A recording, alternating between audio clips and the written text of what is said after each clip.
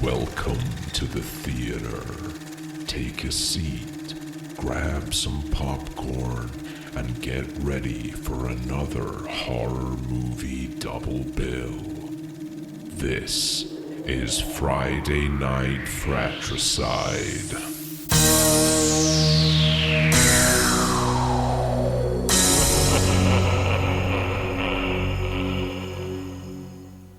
Good evening, one and all. Welcome back to Friday Night Fratricide, your weekly horror thrills podcast. Mm-hmm. It's full of thrills. It's just chock full of them. Can you not hear it? Bursting at the seams. Hear it We've in got my so voice. many thrills. Yes, we're your hosts, the Happy Brothers. I am Fraser. And I am Ewan. Yes, you are. I am indeed. Yeah, it's been a long week. Yeah. Apologies if I sound very low energy. I'm a bit tired. Because I am. Yeah. It's nothing to do with you, don't worry. Mm-hmm. You, Ewan, or you, the audience. Good. Just, it's been a long week. Yeah. Yeah, this week's a bit exciting. Hopefully it'll perk me up a little bit. Mm-hmm. We have the theme of sex, Yes. which is obviously a staple of horror films. Tintillating. Yeah. Yeah, because it's International Sex Workers Day today. So it is. The June whole reason 2nd. we're doing it. Yes. Well, the reason we're doing it mostly is because I wanted to watch X. Well, that as well. And I found this as an excuse. Yeah. But yeah, exciting. Happy pa- Sex Workers Day, everybody. Yeah. Power to the people. Players. What is the phrase? Power to the people. Power to the people. Power to the Players is power to the pornographers. EA or something. What? I said power to the pornographers. Well, that as well, yeah. Power to them. Power Yeah. to everyone. Yeah. Except landlords. Yeah, all And right. cops. You know what? Fine. I don't have the energy to fight you anymore on this. Good. It's my podcast now. I'm taking over. You just come here with your socialist rants. Yes. It's all good. It's all good. Okay, so tonight we have two films, both pretty recent compared to ones we've had in the past. Usually we've had a bit of a mix of new and old, Yeah. old and new. Today, both pretty recent films. We have X, Yep. which is 2022, and we have It Follows, which is 2014. Yes. Although It Follows could come out tomorrow and it would still feel pretty much the same, I think. It's very much got that vibe. Yeah. That was one of the things I really liked about it. Yeah. Do you want to start with It Follows? And we can just get into it. Do you have a preference for which one you want to do first? We can do. Yeah. Get started I've with It written Follows. it down the other way, so I'll need to remember to scroll back I up also in my wrote, notes. I but also wrote it down the other way, but that's it's fine. Yeah, well, I take it away with It Follows then. We'll get stuck right in. Yeah. No more. Sorry, do you want to do it? We can haberdashery. preamble. What Do we have was a it? preamble? Preamble? No, not really. Just Okay, sex. that's fine. Yeah. That's it. Sex is great. Sex is a staple in horror movies. Yes, I've already said that. Yeah. So I guess that's Cool. it. That's okay, our preamble. cool. Preamble over. Yeah. Time cool. for It Follows. Okay. So It Follows, yes. As I said, 2014, directed by David Robert Mitchell, who disappointingly has not done much else since, which is a real shame because I feel like if he had done anything else like It Follows, it would have been pretty incredible. But we take It Follows, and honestly, that's good enough for me. Yeah. So the film is pretty much as it says on the tin. It is about it, a creature that follows you. Yep. And that's pretty much it. The creature is of unknown origin. We're introduced to it maybe 15 minutes into the film. Well, we have that intro sequence actually. That's a bit mysterious. We have a girl getting chased out of her house by something. Yeah. And she drives off, makes it down to the beach, and then is sort of suddenly killed by something. And that's not mentioned again until we're introduced to the protagonist of the story, Jay, and her new boyfriend. Now, which one is it first? Hugh. Hugh's his name at the start. Yes. We find out later that his name is Jeff. No jokes. Yeah, I wasn't going to. Okay, I wasn't going to. Okay, cool. Yes, so Jay and Hugh have been dating for an undisclosed amount of time, and he starts acting a bit strangely. They go out to the cinema, and he thinks he sees someone who's not really there, and abruptly leaves. The next night, he kind of glosses over it, forgets about it, and they have sex. And shortly after, he chloroforms her. Which is a very sinister way to kick off the plot of the film, really. It is. I remember watching it the first time, I was like, oh, this is a bit darker than I expected. Yeah. But he, as awful as his actions were, his intentions were actually good, believe it or not. He didn't want her to run away or scare her, and he wanted to prove to her that he has this mysterious creature following him that can only be passed through having sex with someone. Obviously, we can go into the sort of the whole metaphor for STDs and whatnot. I'm very excited to talk about all the metaphorical interpretations of this. Okay, well, will we get into that at the end? We'll get into this at the end. Yeah, but yes, okay. I am very... I thought we were going to gloss over that because it was a bit blasé, it's a bit... I think that's definitely the most obvious interpretation. Yeah. But there are other interpretations that I also think are very interesting. Okay. Which I want to talk about a little bit more. Okay, cool. Well, I'll run through the plot quickly then, and we can just have a chat about it. Yeah. Because cool. the plot's it's relatively straightforward. It's pretty straightforward from here on out. Yeah, I mean, so Hugh shows Jay the creature. Totally. Google, why would you interrupt me like that? Totally, man. I just got totally interrupted by Google. I've completely lost my place. Hugh shows Jay the creature. Okay. So Hugh shows Jay the creature. He ties her up to a wheelchair in this big old abandoned factory nearby to where they had sex, and this naked woman is sort of walking towards them very slowly.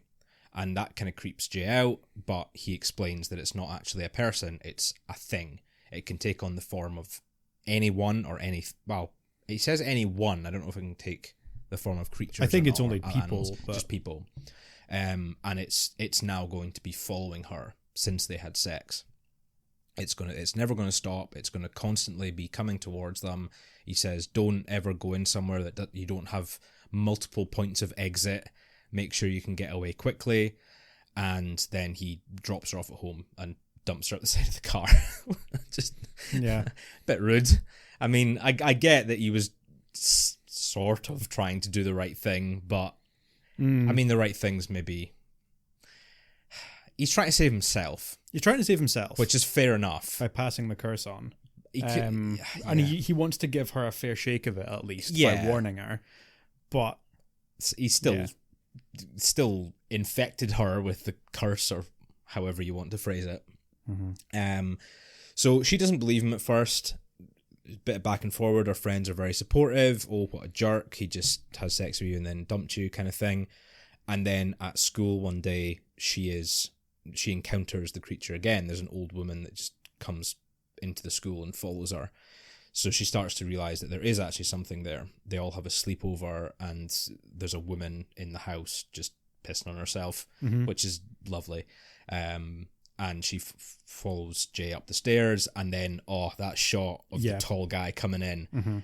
The first time I watched that I had to pause the film. That was such a terrifying scene. A great scene, and it's very, very effective. Yeah. It's not exactly a jump scare. No. But he comes in from out of the dark. You don't see him coming down the hallway because it's pitch black, and then you just see him, and he's looming over. It's huge. Jay's he must be mom. 7 foot. Really tall guy. Yeah. Comes he sort of creeps in the door. He puts his hand under the door frame and sort of pulls himself in. It's awful. Really. I mean, amazing, but it's horrible. Really, really cool. So Jay freaks out, runs away, and there's a lot of back and forth. She finally kind of convinces her friends that there is something there. She makes friends with, I think it's her neighbor, Greg, who offers to kind of help out. He doesn't believe in the creature, but he believes that something's wrong. So they offer to go out to his family's lake house, and he offers to help her learn how to shoot a gun. So they do, and then the creature follows them there. They're all having a nice day out, and you see it takes the form of one of her friends. So one of her friends kind of comes into shot, and you don't realize at first. You're like, oh, okay, cool. And then it pans around, and her friend is in the lake swimming and shouts to everyone, and they all recognize it and call back to her, and you're like, oh no. So that other thing coming towards them, and it's really effective. It kind of goes from the other people's point of view, so it's invisible, and the thing like grabs Jay's hair and like pulls her up. Yeah. And then one of our friends, I can't remember the boy's name. Paul. Like grabs a lawn chair and like cracks it over the head, and it just like this chair breaks in midair, and then like shoots him across the beach. Yeah. Like smacks him away. And it works really well when you don't see the creature. It works well when you see the creature, but it works well when you don't as well. Yeah, they don't have too many shots of the creature not being visible to the audience. Yeah, which is good. I think they get the balance right at least. Yeah, I think it's balanced well. Like it works well doing it occasionally for the shots like that, and the shots closer to the end at the pool scene. Yeah. But I think they get the balance right. It's good that they didn't just have like it being invisible to the audience the whole time. I think that wouldn't have worked. No, obviously, it wouldn't have the same and having effect. it be visible the entire time also would have maybe felt a bit silly for shots like that, where it's like the more violent scenes. Yeah.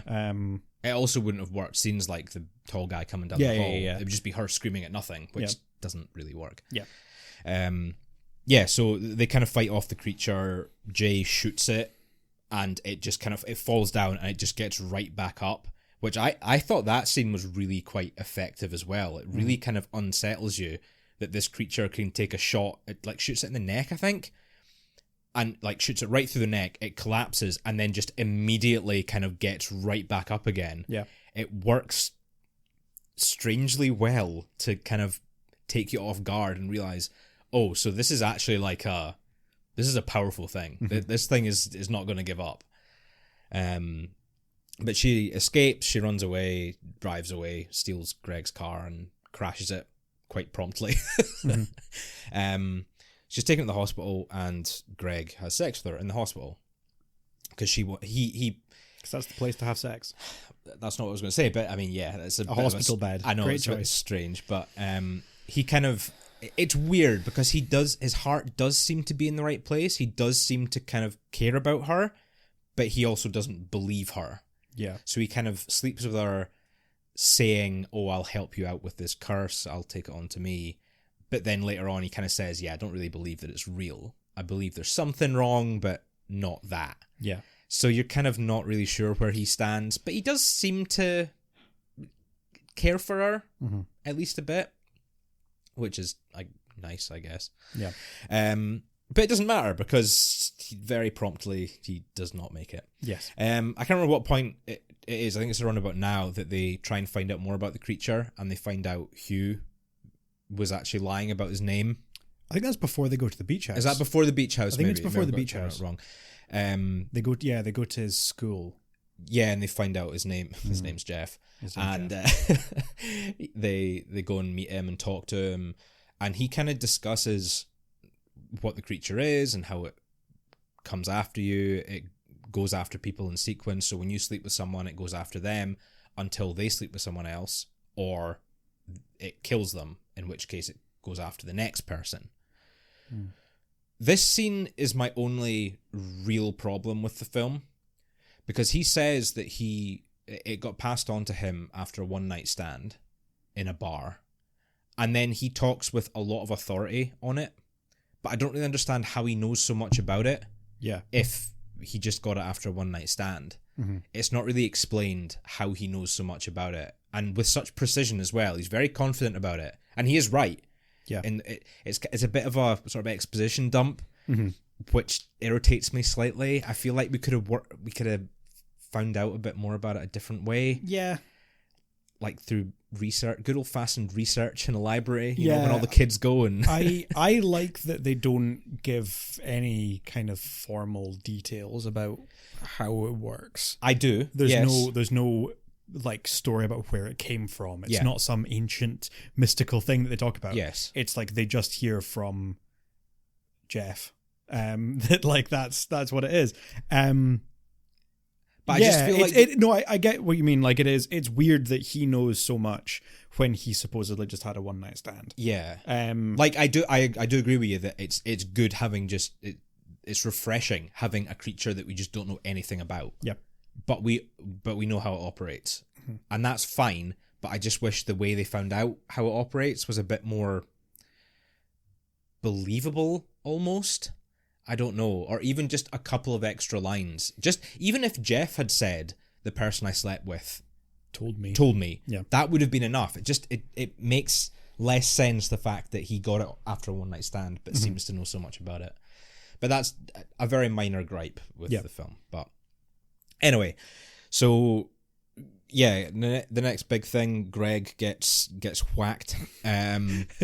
Greg gets grugged. As I wrote in my notes. He does get grugged. He gets grugged. Jay spots Greg sort of skulking outside the house. He lives next door or across the street or whatever, acting really strangely. And then he kind of breaks the window to his own house and crawls in. And she realizes, oh, that's not Greg. That's the creature. Yeah.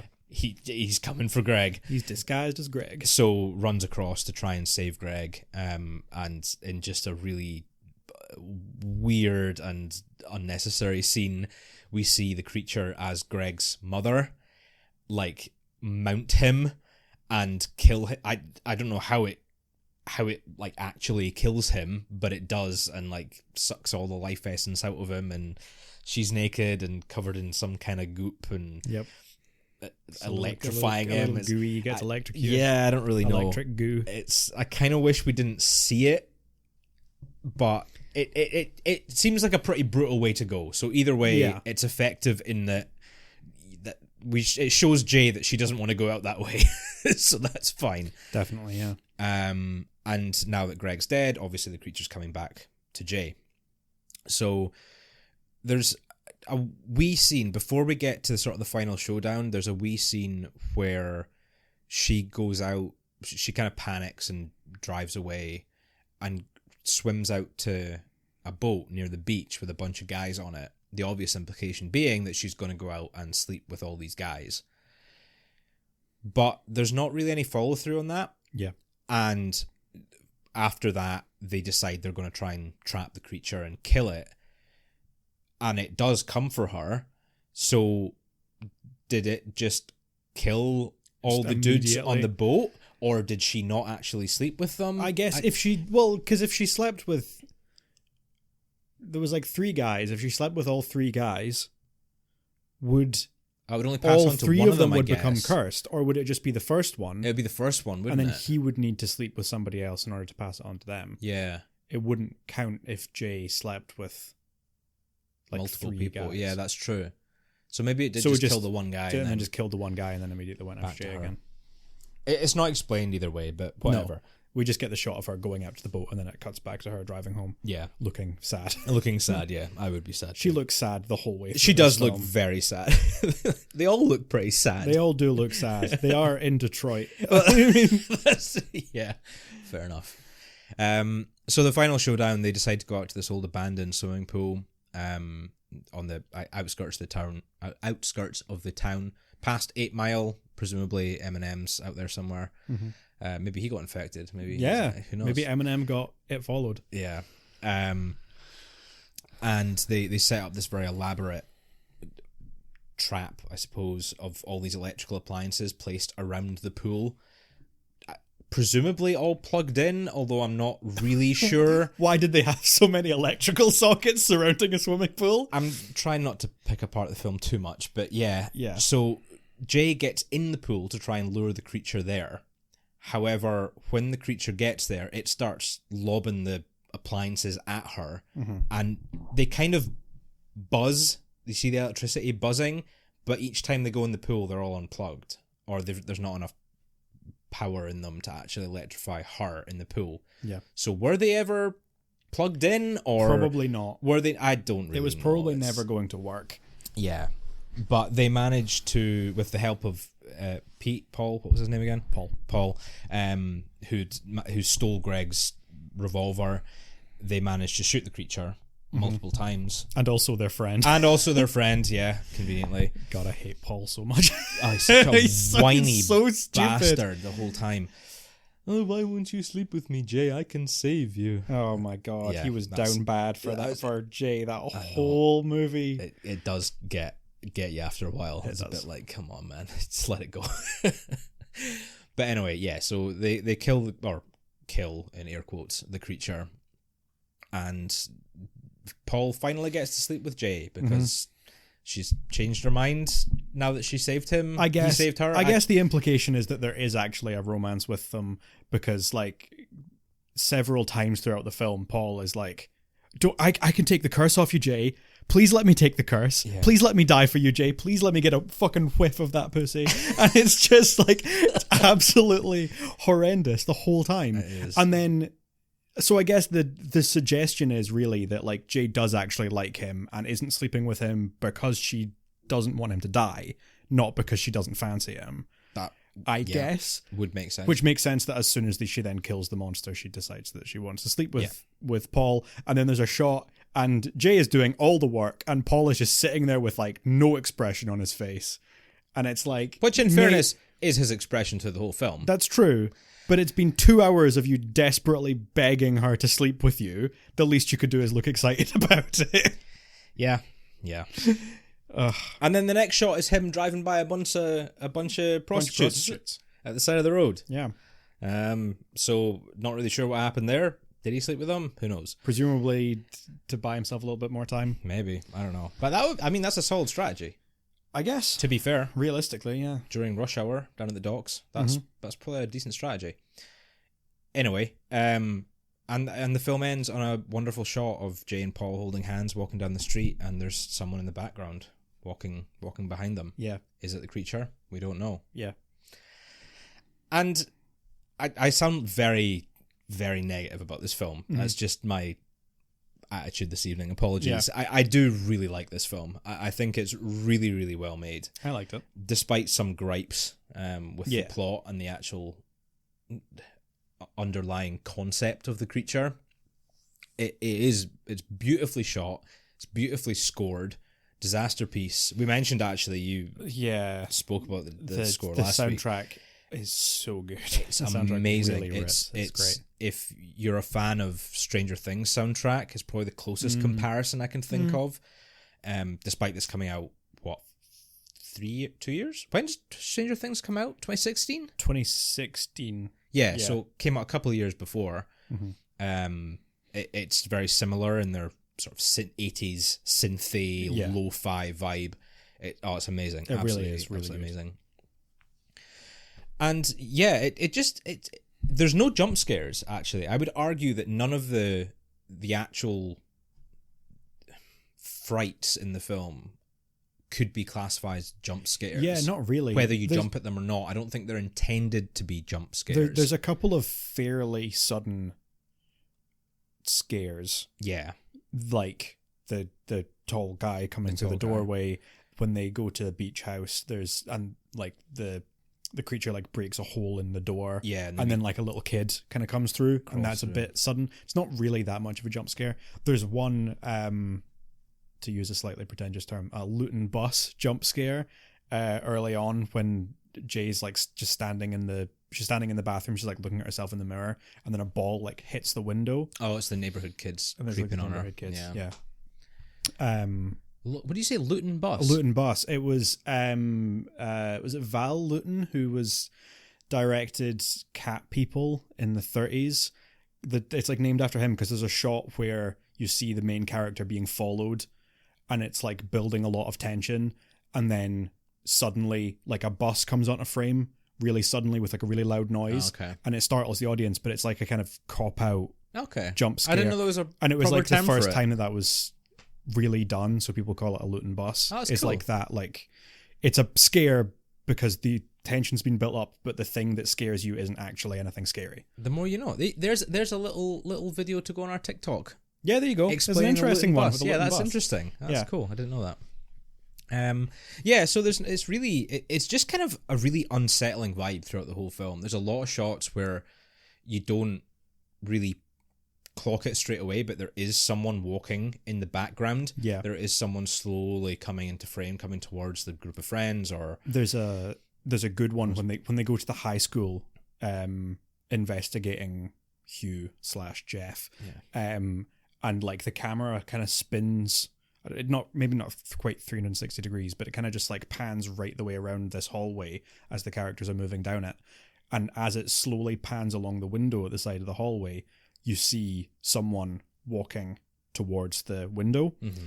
And then a minute or two later, film time, when they're leaving the school, as they're driving away, you see the same person walking slowly towards them.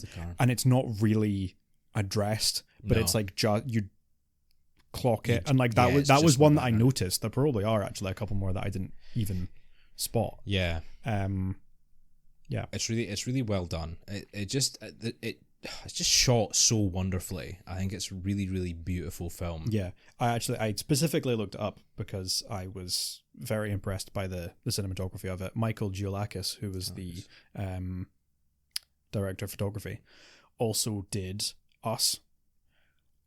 Which was another pretty... That was a very good shot film, despite my other feelings about it. Yeah, I don't love it, but it's a very, very well shot film. Yeah. And some of the more recent M. Night Shyamalan films, which I haven't seen. Okay. Like Glass I don't think I've seen any Split of them since. and Old, I think. Okay. I've not seen any of those three. I've not watched any since. Cannot stand M. Night Shyamalan. What was the one with the old folks? The Visit. Oh, The Visit, yeah. I think that was the last Shyamalan film I saw. I have not seen that one either. Yeah, okay. You're not missing much. It's fine. Anyway, Michael Giolakis. Michael Giolakis, yeah. Good job, buddy. So yeah, my main criticism that I've written down about the film is pretty much the whole concept of the creature and how it was learned, how it behaves, specifically how Jeff learned how it behaves. Yeah. It feels like a really glaring plot hole that is kind of irritating. It nags at me when I'm watching the film. I also don't really know what they classify as sex. Would it be penetrative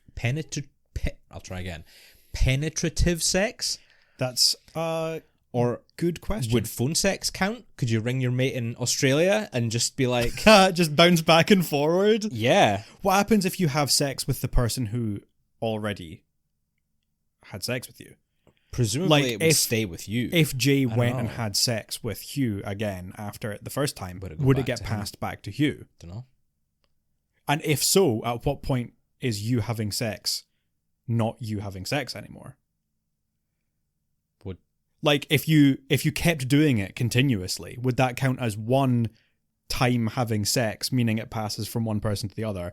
Or is there like a break in the middle? If you take a 5-minute break halfway through, it's a good point. Does that then count as 2 sex sessions, meaning it's a double negative and it just comes back to you again? Do you both need to finish? Do you need to finish? Yeah, exactly. Presumably not, given Paul's facial expression at the end. Man did not come. I was going to say she didn't come, but... Oh, probably not. Yeah, like, there's a shot afterwards when it's like, you see, it's like the two of them lying next to each other, and the look that Jay has on her face, it's the same look that she has on her face the entire way through the film. She just looks completely bemused. And I was like, man, that is not how you want your girlfriend to look when you've just finished having sex with her for the first time. Nope. Man, poor Paul. I say poor Paul. He's a loser. I hated him. Jerk. I hated him so much. Yeah. Yeah. Yeah, that's really... Yeah, I mean, you want to go into a bit more detail about the whole STD analogy, so please do. I do. Well, it's not exactly that I want to go super in depth with that. There have been a couple of interpretations of the film. That is definitely the most popular one, is that it's a metaphor for STDs. Some people specifically will say HIV and AIDS. Mm-hmm. Some people just say STDs in general. And I think that's definitely the most common interpretation and one that probably makes the most sense. Other people think of it as a metaphor for pregnancy, which I don't really get as much beyond it's just something that you get from having sex. Yeah, it's a bit loose. Some people think of it as like a reputation thing. It's like if you sleep around, you're stuck with this curse of a reputation, and like, especially because the creature appears in forms of different people. It can be someone you know, it can be a stranger. It's all about like these people judging you and criticizing you for being sexually active, which is a fairly interesting one. These are all really negative interpretations. And there's one that I read that I think it was actually the director not explicitly saying like this is what was intended, but just something that he sort of had in mind when he was making the film, is that it's kind of about the inevitability of death and how like love and intimacy prolongs the inevitability of death. And like, yes, making yourself vulnerable to people can expose you to danger, but also it's only by being vulnerable with people that you can save yourself from the danger as well. Okay. Which is interesting. Yeah. And a more positive spin on it. Because I think the STD interpretation of like, oh, you had sex, now you're going to die. Yeah, it's a bit bleak. Yeah, very dark and also quite kind of sex negative. It's quite kind of anti-sex, which I don't know. I wouldn't say that's the intention of the film, but a lot of people tend to see it that way. That it's like, if Jay hadn't had sex, she wouldn't have died, and it's like, well, you're just criticizing a person for having an active sex. Yeah, like technically yes, but if the creature, if it was real life, that's not what would happen. Yeah. And that kind of like demonizing people with STDs or whatever. Like, I don't love that interpretation, even though that's probably the most obvious one. I like looking at it in a slightly more positive way, I guess. Yeah. Well, interestingly, I think the director, the sex aspect of the film was actually added later. Right. So initially, he had this concept of something following you, a dark figure following you all your life, and he kind of fleshed that out. Mm-hmm. And gradually came to the conclusion that, oh, what's the best way to kind of transfer this to other people? And came down on sex. Yeah. And I think that's fair enough. Yeah. Like, so it's kind of been retrofitted to fit the theme of sex. Yeah. Which, honestly, I don't hate that, because the idea of someone following you your entire life is terrifying. It's scary. And just that added aspect of like passing along to other people, it just adds that extra level of terror. Yeah. I think. Yeah. So I'm glad you enjoyed it. I really love this film. I've always loved it since I first watched it. I'm quite disappointed at some people's reactions to the film. Yeah. Because I think a lot of people didn't think it was that scary. Yeah. And it kind of just irritates me that people are so...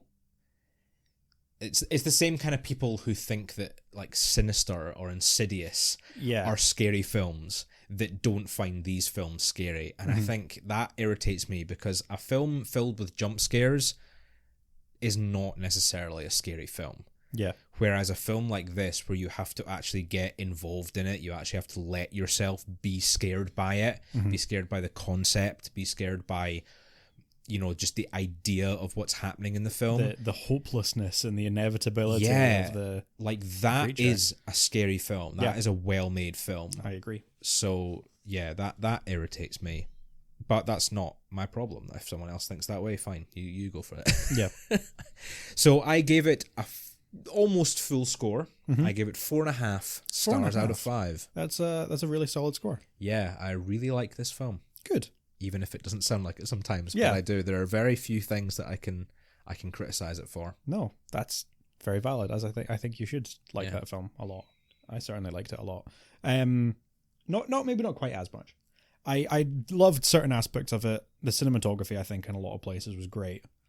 I really liked how they captured that like very American suburban atmosphere really well. The soundtrack is great.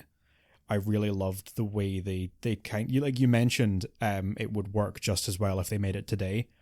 And I think part of that is that the technology in the film is so weird and like out of place. You're looking at me as if there's like a fun fact behind the reason that like I mean, not necessarily fun, but that was deliberate. Oh, well, yeah, I'm not surprised it was deliberate. Yeah.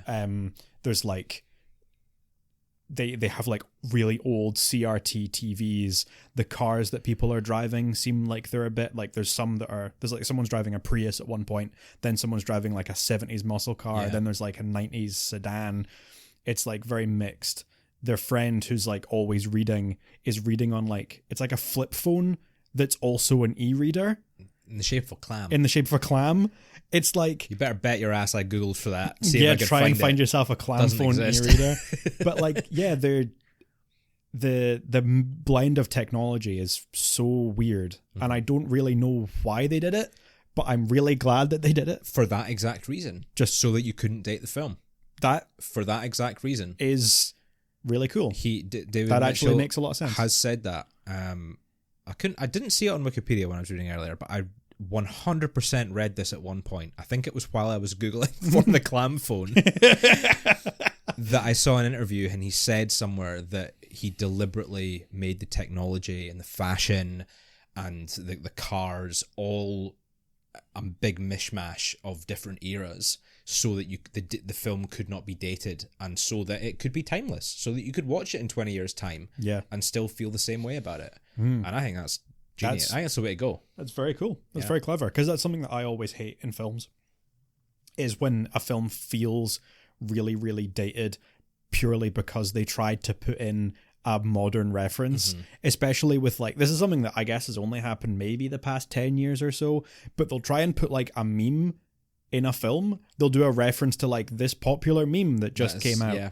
And it's like, well, my name Jeff. Not only a year from now, that's not going to be funny. Yeah. By the time you've finished making the film, it's probably not going to be funny. Yeah. So I really don't understand why people do it, because it's never, ever going to work.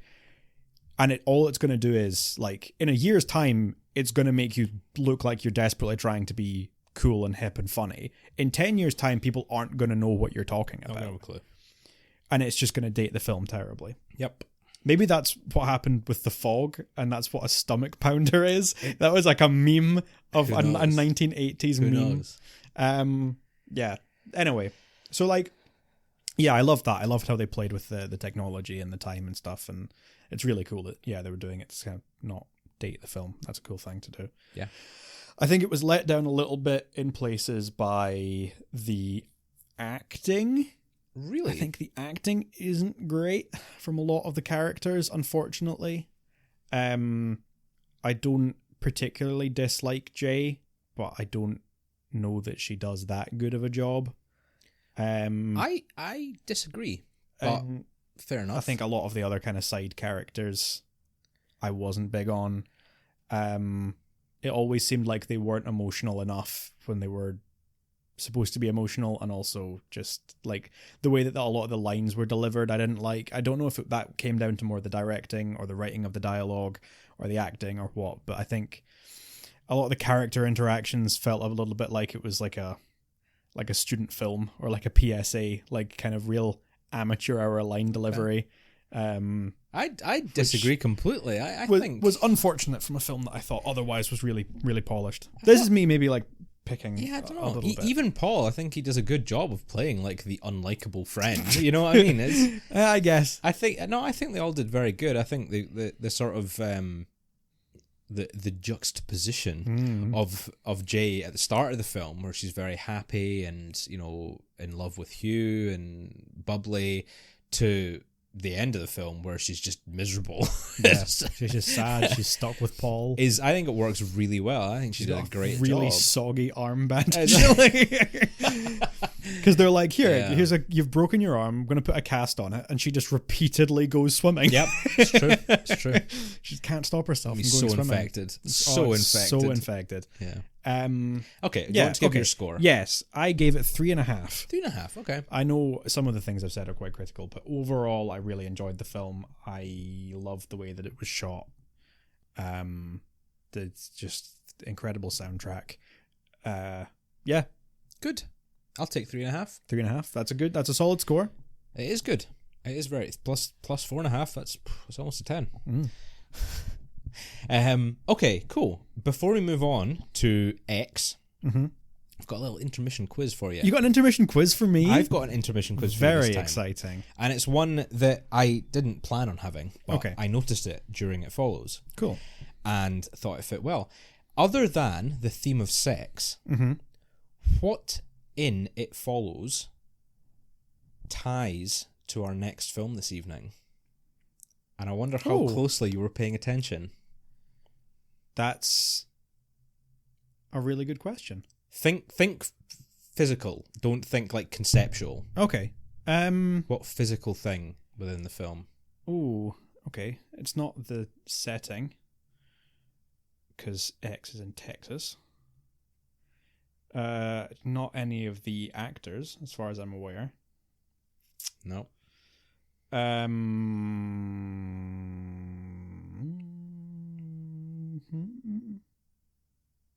don't know. No. I'm struggling to think of anything. I'm running through X in my head. I and think trying to if think you of didn't what notice it, you're probably not going to get it. Probably not. No. Cars. There's a farmhouse. There's not any farmhouses in It Follows. No, you're going a bit too broad. No. It's very specific. Very specific. Is there a clam phone in X?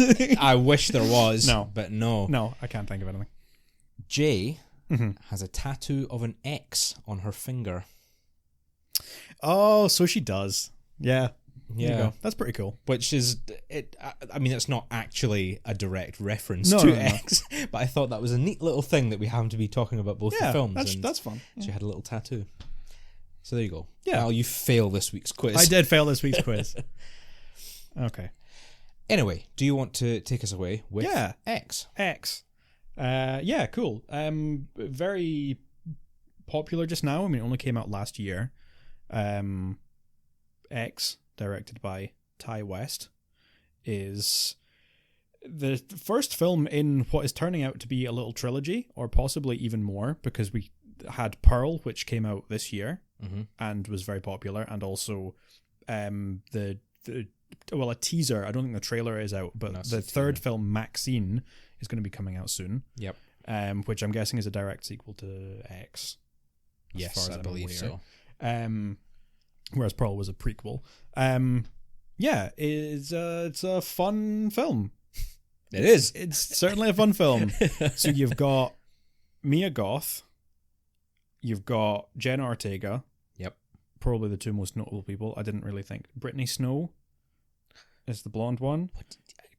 What's her name? The Bobby Lynn. Bobby Lynn. Your man, is it Kid Cudi? Kid Cudi? Cudi? Kid Cudi? Yeah, he's Scott Muscudi. A musician of some sort. A musician of some sort? Where have you been for the last 20 years? Listening to music from the last 40 years, basically. Kid Cudi, yeah. Plays Jackson. He plays Jackson, yeah. And does a remarkably good job. Yes, I thought he was a pretty good actor. There you go. I don't know. I've never heard any of his music. I didn't know it. 100% have. Okay. Whether you realize it or not. Okay, well, you absolutely have. Okay, I haven't knowingly listened I'll to play any you some of his later. music. Okay, cool. Anyway, and also Man in Cowboy Hat. I've forgotten. And Wayne his name is? Wayne and also RJ, the cameraman, are a group of, well, Jackson and Bobby Lynn and Maxine, Mia Goth's character, are strippers or sex workers. Sex workers of some kind, yeah. They don't necessarily give too many details. I think Maxine's a stripper, or Bobby Lynn, or possibly both, because you see Bobby Lynn leave a strip club at the start of the film. But anyway, they collectively have decided they're going to go out, they're going to rent a farmhouse out in rural Texas. They're going to go out, they're going to film a porn film. They're going to film an adult video, a sexy movie that's apparently going to be the next Debbie Does Dallas, as your man Wayne mentions. And then they show up, and the couple that owns the farm are weird and creepy, That's an to say the least.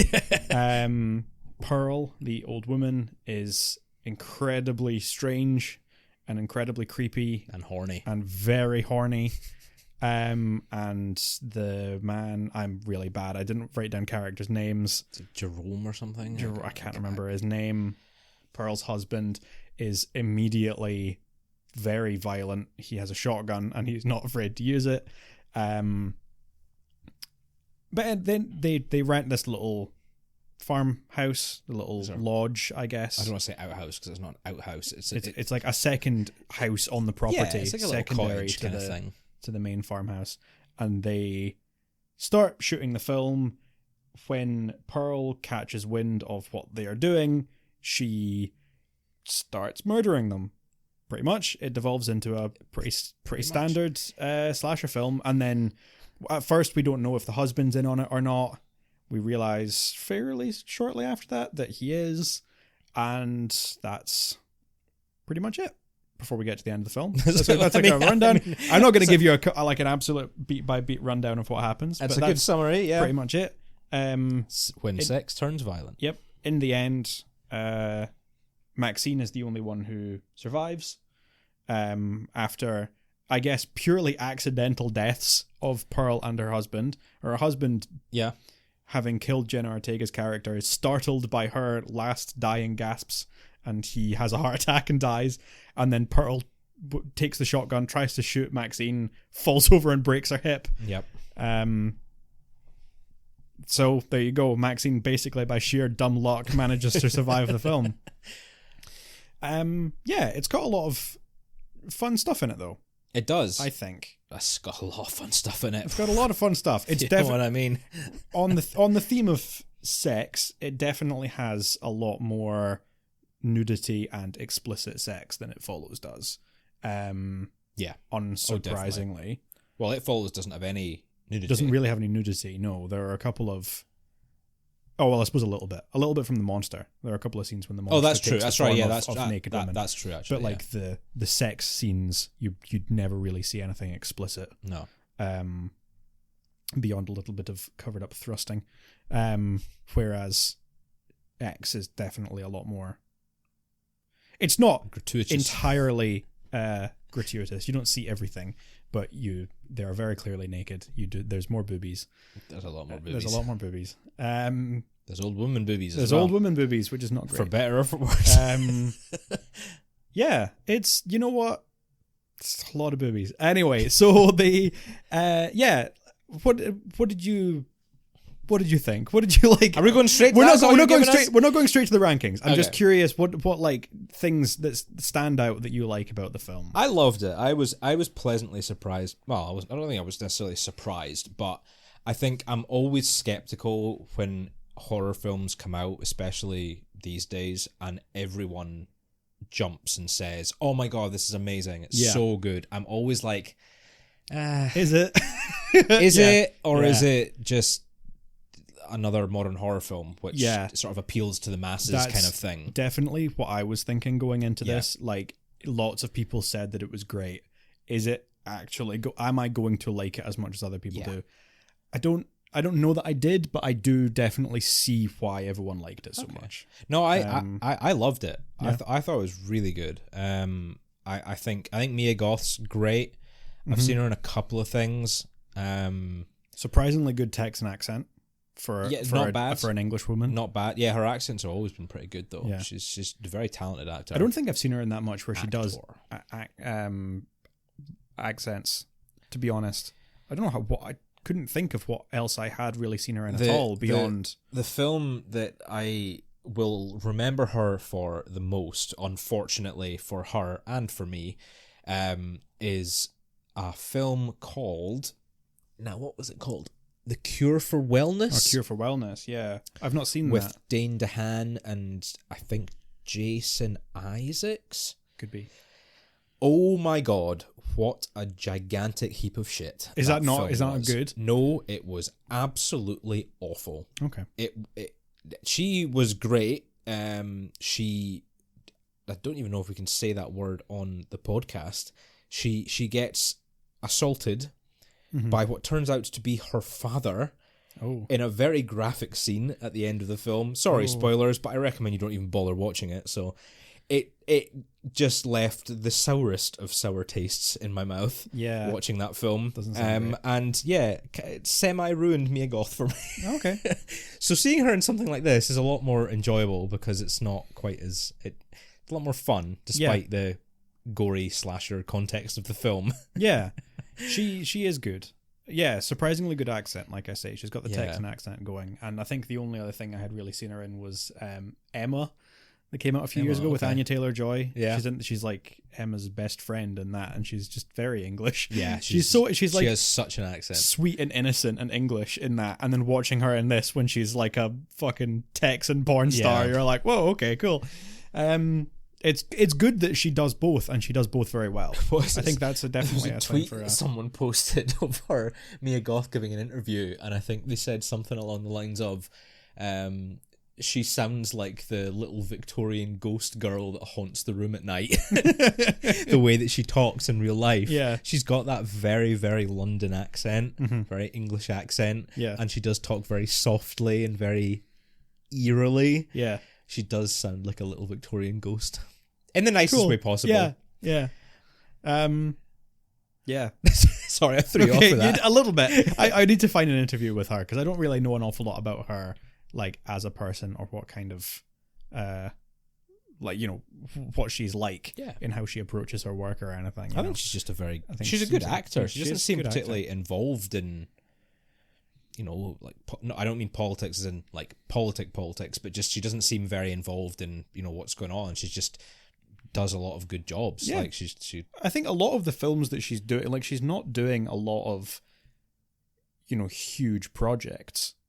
She doesn't seem like the kind of actor that's ever going to get cast in a Marvel film or anything. But, like, actually, it's funny you say that, because I'm pretty sure she just did. Oh, okay. Well, then, fuck me, I guess. But, like, I could be wrong, but I'm pretty sure she got cast in one of the upcoming Marvel films. I can't remember which one. Fair enough. All right, well then, there you go. I take that back. But, like, the film kind of films that she's doing, she's definitely been doing a lot of horror films recently. Yeah. What with X and Pearl and Maxine, and also A Cure for Wellness. Infinity Pool. With Brandon Cronenberg. Brandon Cronenberg. So she's, like, definitely becoming one of the most prominent figures in horror films that are coming out now. Oh, yeah, absolutely. Absolutely. Her and Jenna Ortega as well, to be fair. Yeah, that's true. But, like, definitely doesn't seem like she's doing super big projects. It seems like she's doing stuff that she's interested in, which is great. Yeah.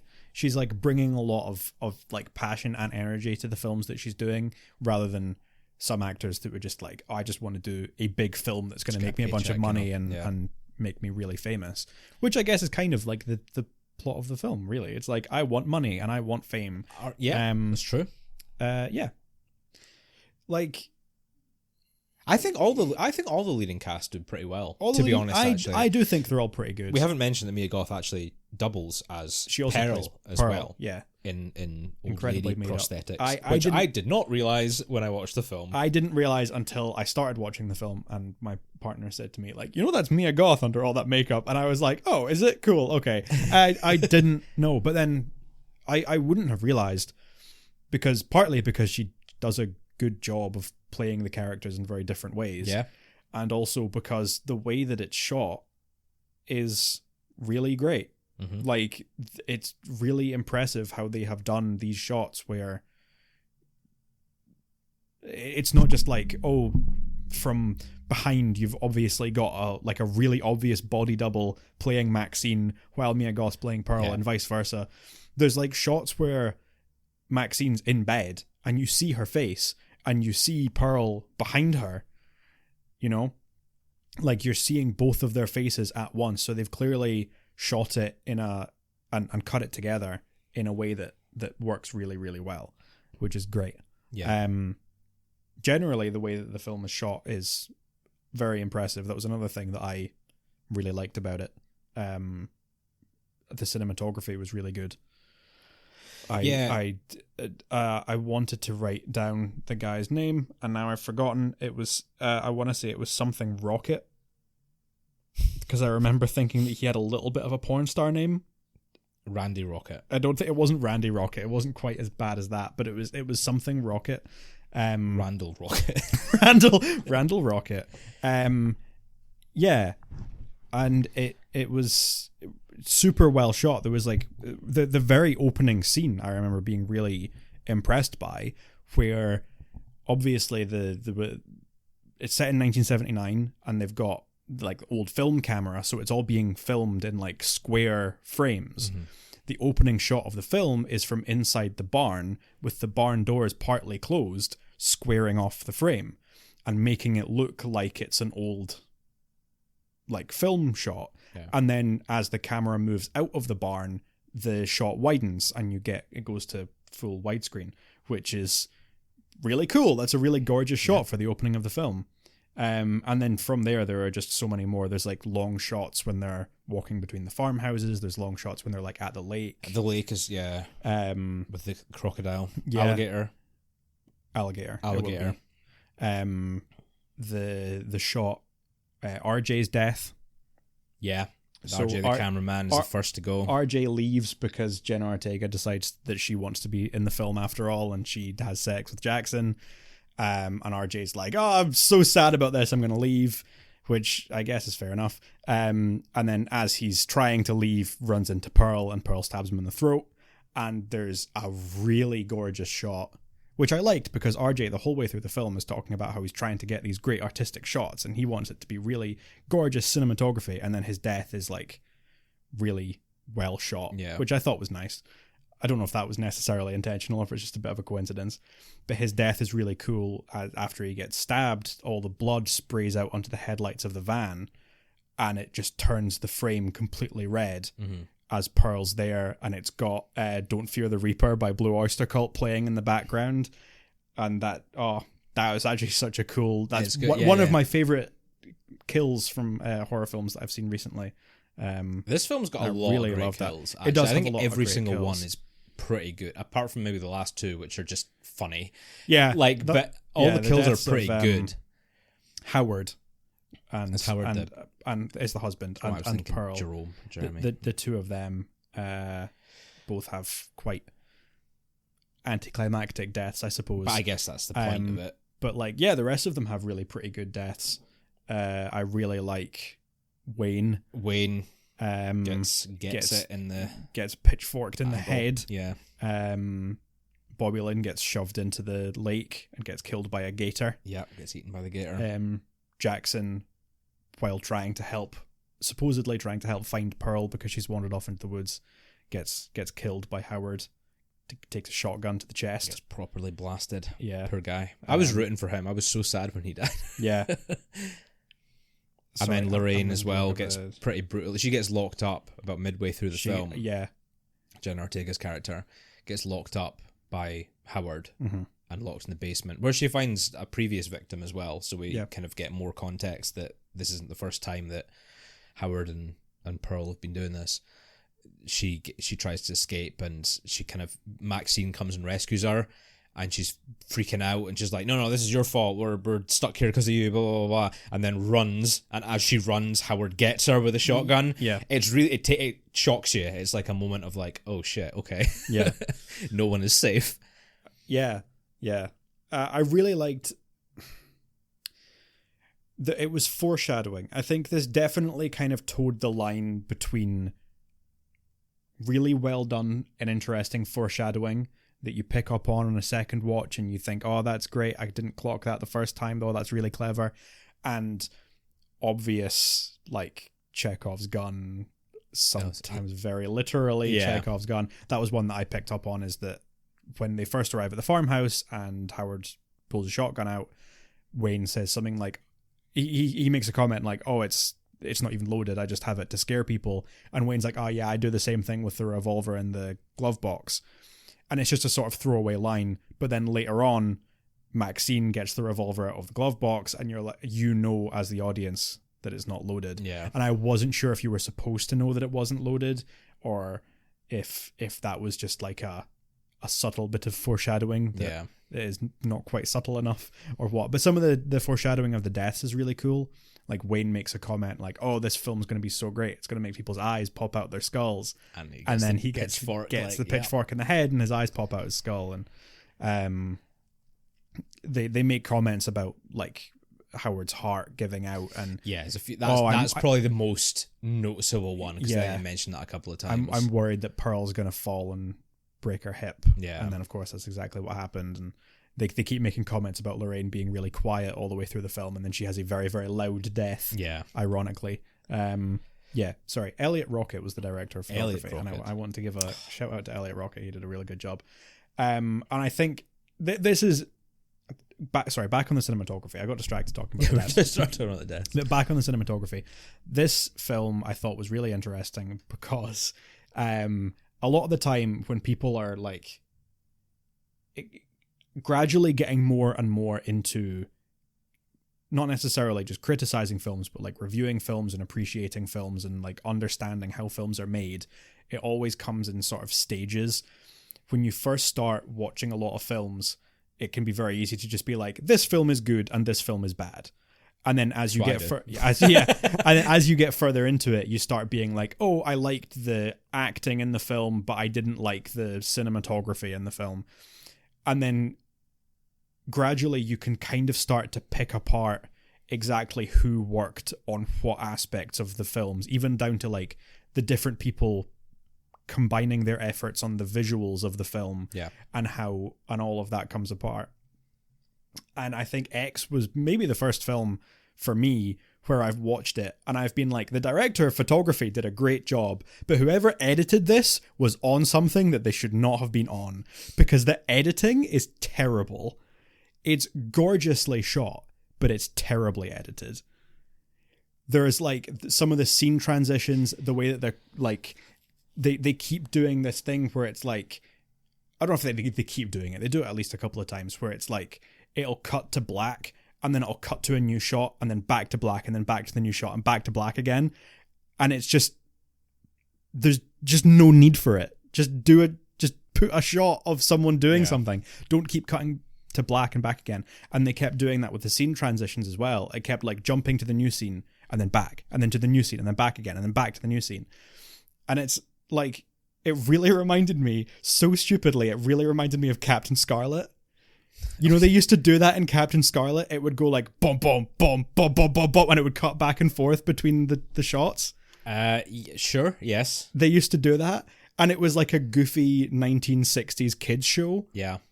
And then now someone's doing it in a 2022 horror film. Yeah. And it does not fit. It doesn't work.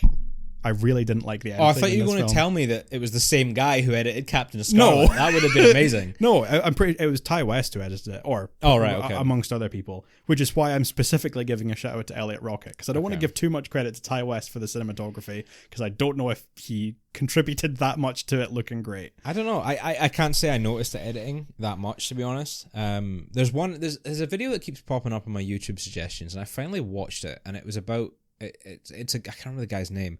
But he does a lot of like critiques of movies and picking them apart, and the one that kept popping up is on Bohemian Rhapsody, which is a film I've not actually seen, but the guy's criticizing the editing of Bohemian Rhapsody despite the fact it won an Oscar, I believe. And it's just, editing's not really something that I really consider. If it's like noticeably bad, I would probably pick up on it. Or if it's really great, I would pick up on it. But those films that kind of hit the middle area, I don't really think one way or another. I'm enjoying other aspects of the film. I love a soundtrack to a film, so I'll focus on that. I like the acting and the cinematography, so I'll focus on that. Editing's not really one that I really pick up on. But the way that this guy picks apart the editing of the film, particularly this one scene, is really, really interesting. Yeah. And it's not something that I'd ever really thought about before. So just the fact that you've said that and that you were able to notice the transitions and things like that, maybe I do need to start paying attention to editing. I think the editor of a film is a lot like the bass player of a band. if they're doing a good job, you don't notice them at all. Yeah. You will only notice them if they're doing a bad job. And at that point, that's when you've got a problem. Having played in several bands, sometimes as a bass player, I can confirm that. So, unfortunately, the editing I didn't love. And I think it was most noticeable in one scene that I think was supposed to be kind of serious and kind of touching and emotional. And then when I watched it, I was like, why did they put this in the film? And I genuinely laughed out loud at it because I thought it was so ridiculous and so out of place. And that's the landslide scene when Jackson starts playing the guitar and Bobby Lynn starts singing and they do Landslide by Fleetwood Mac. Yep. And then it's like shots of Pearl getting ready for bed and putting on her makeup and being sad about how she's old.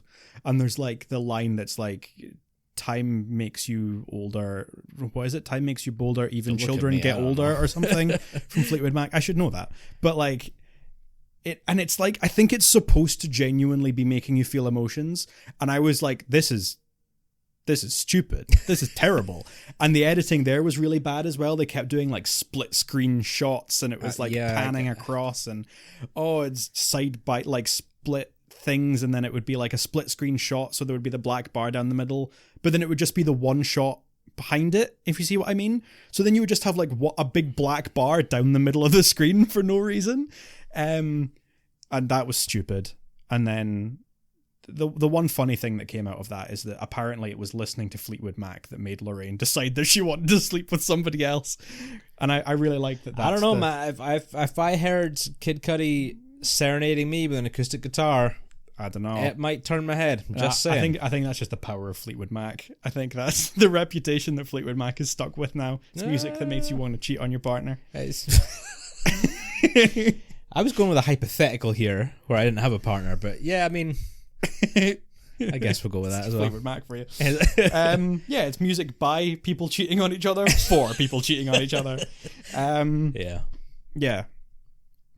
Like it overall, it definitely had bits, even from the very beginning, where I was frustrated by it, but I kept finding myself being impressed by it at the same time. So overall, I came down on it pretty positively.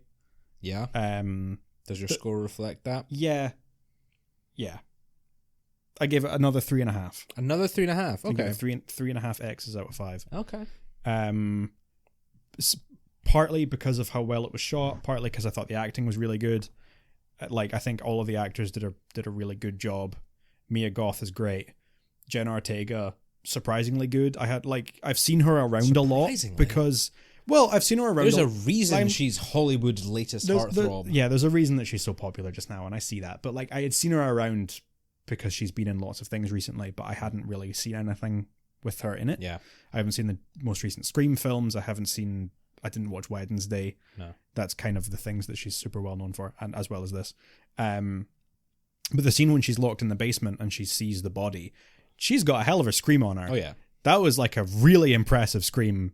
So I'm not surprised that she's becoming a scream queen, a bit of a scream queen. Yeah. Some of the details in it, like I mentioned, the foreshadowing, even some of the more comedic details, like the van it's like an old workman's van, but like on the side of it, it says plowing service.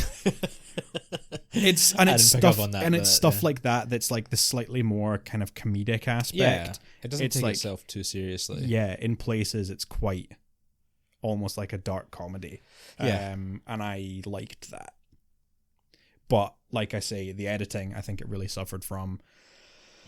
I think some of the scenes that were put into it felt really unnecessary, like the landslide scene, for example, like the scene when Pearl and Howard are just straight fucking get on with Maxine stuck under the bed. Yeah, it felt a little bit like an Adam Sandler movie at that point, and I didn't love it. So yeah, 3.5.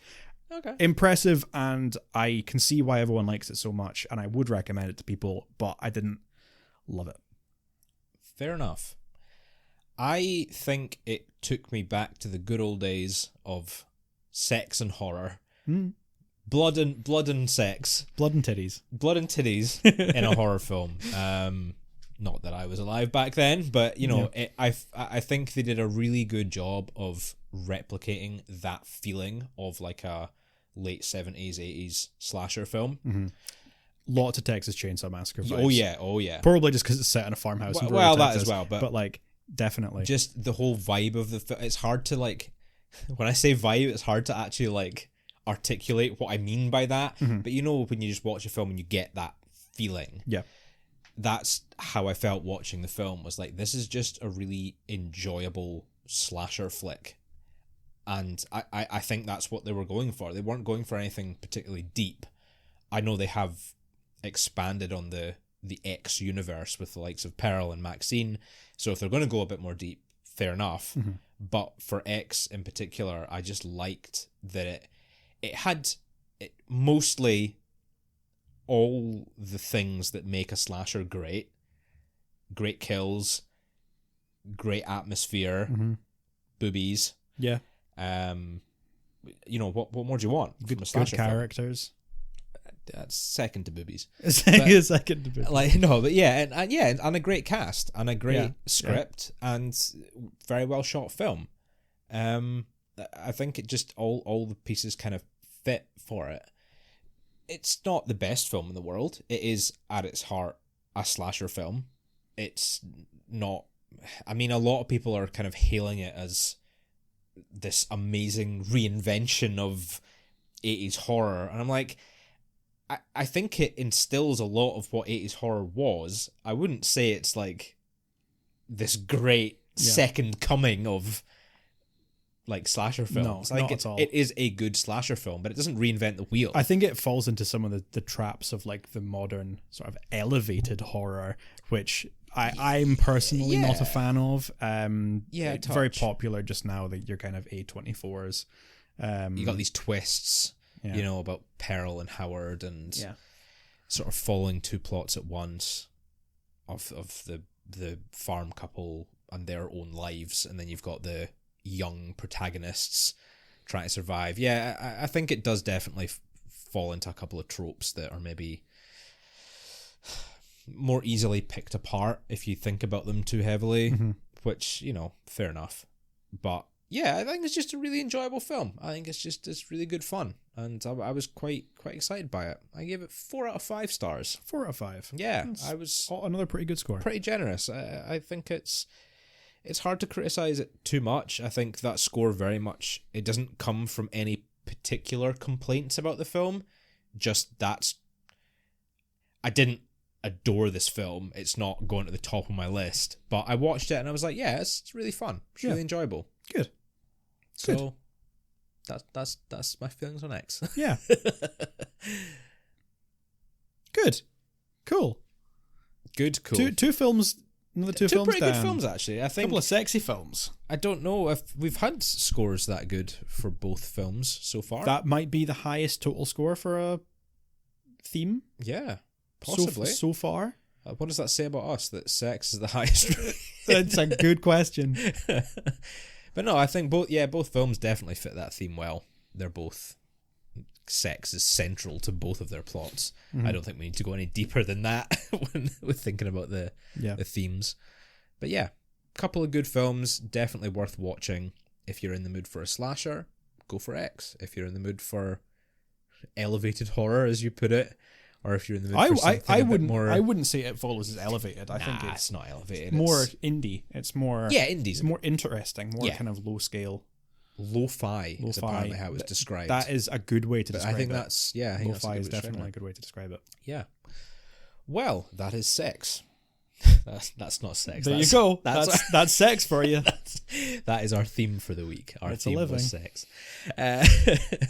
Next week, we have the theme of remakes, thanks to Ewan and your random generator. Yeah, we couldn't pick a theme, so I put the list of like theme ideas that we have into a random generator, and it spat out remakes, which is what I get for not having the balls to pick one on my own.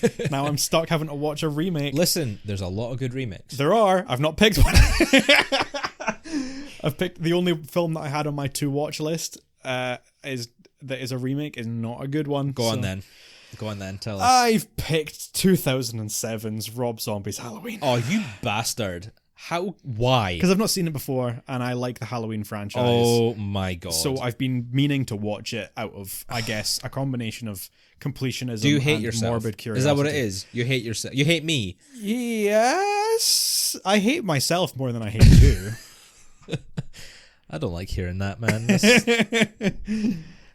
But seriously, why did you pick that film? I don't know. People have mixed opinions about it. No, they don't. Some people stand by it. No, they don't. Or some people stand by the second one, at least. People are idiots if they think that. Yeah, they are. People are so stupid. People like Coldplay. But like... People like Coldplay and voted for the Nazis, Jeremy. People cannot be trusted. Yeah, there you go. Yeah. I don't know Just what you want to be clear, from me. that's a quote from a Yes. TV show. I'm not actually comparing people who show. like Coldplay to Nazi voters. Yeah. Although, Yeah. no. Yeah, I don't know what you want. It's got Malcolm McDowell in it. Yeah. Have you seen some of his Probably backlog, doing man? a terrible job. That is not the saving grace you think it is. He's not always terrible. No, he's amazing in a lot of things he does. Yeah. But in the other things that he's done, he can't save them. I know that I'm not going to like him as Loomis. I know I'm not gonna. But like I say, completionism. I've had this film on my list for ages just because I really like the franchise, so I feel the need to watch it. Well, I'm for one excited for next week now because I will berate you to no end for making you for watch forcing me to Halloween watch this 2007. because I was generous. Yeah. I actually went through. I didn't have any remakes on my current to watch list, so I had to go and have a look and see what there was and good remakes. What I wanted to pick something I hadn't seen before. So I almost went for The Grudge. Okay. The remake of The Grudge, The American which remake. is apparently all right. It's kind of on par with the remake of The Ring. But I didn't. I actually found one that I'd not seen that I, for some reason, popped up in my recommended like clips on YouTube recently. I went with 1988's The Blob. Oh, Which is apparently very good. I think this might be the first time that we're watching a film that I've seen before and you haven't. Oh no, probably not. But it's a rare occurrence that we're watching a film that I've seen before and you haven't. I deliberately, I know the last few films I've seen before, even the ones that you've picked. So I wanted to pick something completely fresh. Mm-hmm. Sadly, I have seen Rob Zombie's Halloween. Yeah. Sadly for everyone Sadly involved. for everybody. But I haven't seen The Blob. Yeah. So I will go with that. I quite enjoyed it. I'm excited to watch it again. Okay. Yeah. Good. Will we have our big... No, I don't think we'll get a bigger discrepancy between The Fog and The Fog. It can't happen. We can't have a bigger discrepancy between The Fog and The Fog. I don't know if we're going to get that. No, I don't think we're going to get quite that much of a discrepancy. We'll see. Okay. We'll see. Yeah, we'll see. We might get another half-star film, but... I will tell you right now, you are getting a half-star from me for Halloween. Yeah. I will tell you that right now. Mid-noughties John Carpenter remakes, man. There's something in the water with them, man. Actually, yeah. Oh my God, yeah. So it is. Yeah. This was only 2 years after The Fog. John Carpenter laughing all the way to the bank. Yeah, you made so much money. I think it was this film that, because I did mention The Fog, his attitude towards people remaking his films is just like, I don't care, I get money. And I think it was specifically Rob Zombie's Halloween that caused him to say that. People were like, how do you feel about him remaking your film? And he's like, I don't give a shit. I get paid, man. Yeah. The thing with Rob Zombie is, right, love him or hate him, he is a pretty talented filmmaker. Mm-hmm. I cannot understand how he missed the mark so badly on Halloween. That's why I'm interested to watch it, is because I know that he has a very specific style of that like hillbilly horror, I suppose some people would call it. It's been a long time since I've seen it. I'm interested to see how that really lean into that too heavily. Yeah. You know, you obviously got like Three from Hell. What are they called? Like House of a Thousand Corpses and Devil's Rejects. What was the other one called? Three? Was it Three? Just called Three? It was Three from Hell. What was the other one? Lords of Salem. Lords of Salem. That's not part of the same franchise. No. Sorry, but that was the other one that he did. That was kind of similar style. It was like sort of circusy, hillbilly horror. Is it? I thought it was about like a cult in Salem. Is it not? Am I thinking of another one? I'm maybe thinking of something else. There's House of a Thousand Corpses. There's Devil's Rejects, and there's Three from Hell. Yeah, that's the three in that series. I don't know if he's done another that was kind of similar to that. But I don't know if I've ever seen a Rob Zombie film style. before, to be honest. You've not seen House of a Thousand Corpses? I've not seen any of those ones, no. It's fine. Yeah. People recommend them to me. Yeah. I don't know if I'm kind of putting off watching them because I feel like I'm not going to like them. And I know that as soon as I watch them and I don't like them, I'm then going to have to... I think they're a bit too weird for you. That might be... Yeah. I mean that as a compliment. Yeah. Even if it didn't sound like it. Too weird for me. Yeah. Yeah. We'll have plenty to talk about next week, I'm sure. Yes, let's not get ahead of ourselves. Exciting. Well, there we are. Okay, so next week we have remakes. This week we had sex. Don't clip that out of context, please. Yeah. No, this week we had the theme of sex. Yes. I'm just going to end the episode now. Yep. Bye-bye. See you next week. Bye, everyone.